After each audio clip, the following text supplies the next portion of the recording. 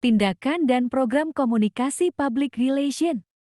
Arti penting tindakan public relation. Dalam segala tindakan public relation, memiliki arti penting di dalam sebuah perusahaan yang akan menumbuhkan sikap dan citra publik positif terhadap segala kebijakan dan langkah tindakan organisasi atau perusahaan di antaranya yaitu: pertama, bertindak sebagai komunikator dalam kegiatan komunikasi pada organisasi atau perusahaan. Prosesnya berlangsung dalam dua arah timbal balik. Kedua, membangun atau membina hubungan positif dan baik dengan pihak publik sebagai target sasaran, yaitu publik internal dan eksternal. Ketiga, peranan backup manajemen dan sebelumnya dijelaskan bahwa fungsi public relation melekat pada fungsi manajemen. Keempat, menciptakan citra perusahaan atau lembaga yang merupakan akhir dari suatu aktivitas program kerja PR campaign, baik untuk keperluan publikasi maupun promosi. Yang pertama, fact finding and feedback atau riset penemuan fakta. Pada tahapan ini dilakukan penemuan fakta di lapangan atau hal-hal yang berkaitan dengan opini, sikap, dan reaksi publik dengan kebijaksanaan pihak organisasi atau perusahaan yang bersangkutan. Pada tahap ini yang paling diperlukan adalah kepekaan humas dalam mendengarkan dan menemukan fakta yang berhubungan dengan kepentingan perusahaan atau organisasi. Yang kedua, planning dan programming.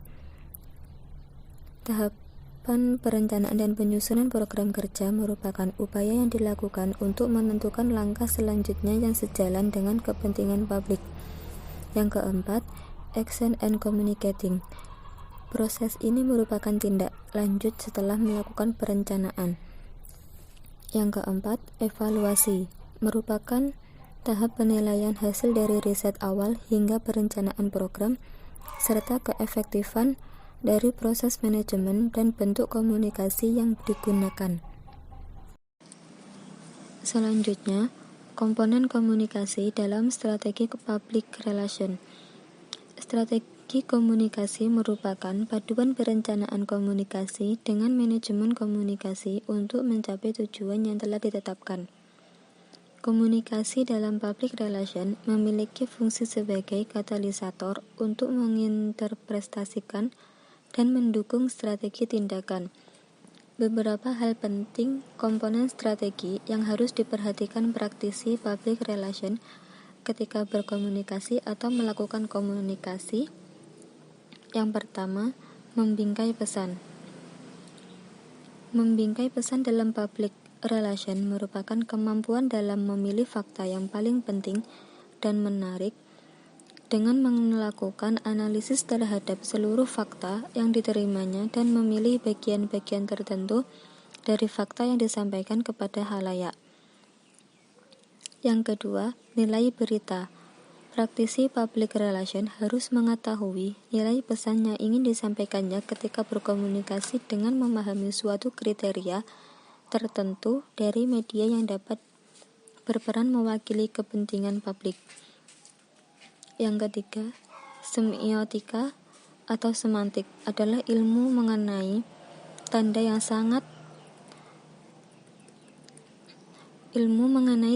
sangat terkait dengan arti atau makna yang ingin disampaikan.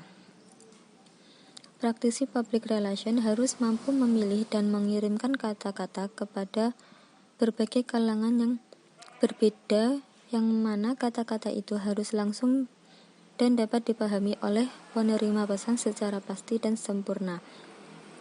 Yang keempat, hambatan dan stereotip.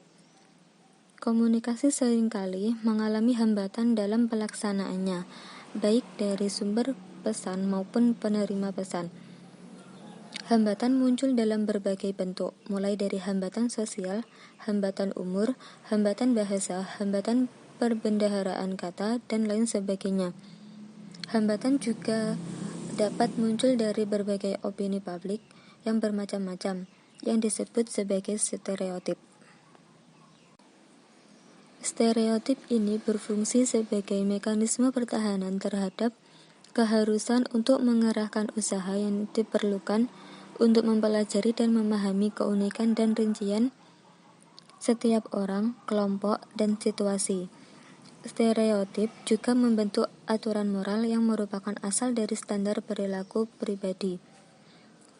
Oleh karena itu, praktisi public relation harus belajar mengenali pengaruh dan kehadiran stereotip, apa yang tampak sebagai kontradiksi dan sifat yang bertentangan dengan opini publik.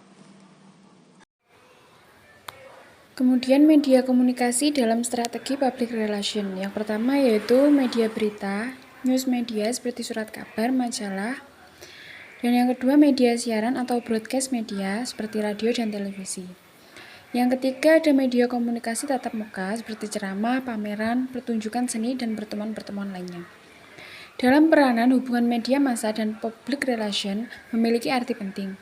Yang pertama yaitu hubungan timbal balik antara public relation dan media massa adalah berupaya untuk mengadakan perubahan opini publik internal maupun eksternal. Sedangkan yang kedua yaitu kemampuan media massa dalam merubah opini publik sebagai sasarannya yaitu masyarakat. Strategi persuasi. Persuasif adalah kegiatan psikologis yang bertujuan untuk menumbuhkan nilai kesadaran. Kerelaan disertai dengan perasaan senang dalam komunikasi persuasif dapat dilakukan dengan beberapa metode yakni. Pertama, metode asosiasi. Kedua, metode integrasi. Ketiga, metode payoff dan fear rousing. Keempat, metode acing. Sekian dan terima kasih. Wassalamualaikum warahmatullahi wabarakatuh.